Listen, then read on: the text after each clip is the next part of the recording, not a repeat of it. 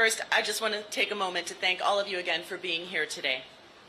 Seeing so many people show up for Eric and Lyle, for truth, for justice, it means everything to us. I've been standing here as their cousin, but more importantly, I am standing here as someone who loves them.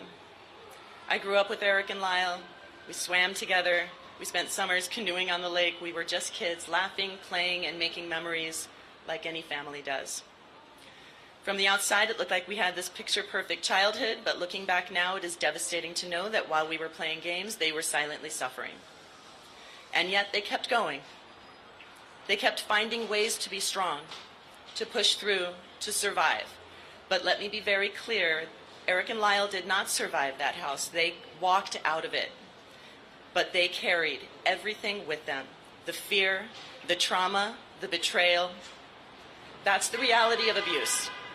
It doesn't end when you leave the house. It stays with you. It controls you.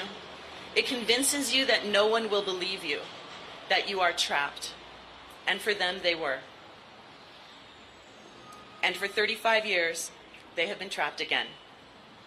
But this time, they did something different. Instead of being defined by their worst moment, they decided to turn their lives around. So let's talk about what Eric and Lyle have done with the last 35 years. Eric has dedicated himself to helping others. He created a hospice program to care for terminally ill inmates, because even behind bars, he believes in compassion and dignity.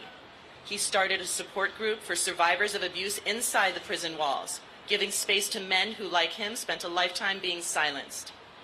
He has pursued higher education, earning multiple degrees, and is on track to graduate from UC Irvine. Lyle has led projects to transform the prison environment, making it a place of growth instead of despair. He spearheaded the Green Space Project, beautifying prison yards to create an environment proven to reduce violence and recidivism.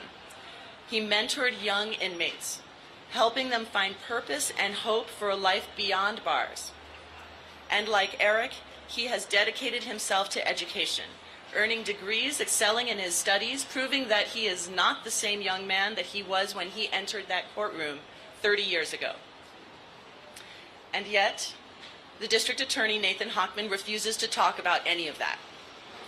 Instead of looking at the men they have become, he stands at a podium and repeats the same arguments made in 1996.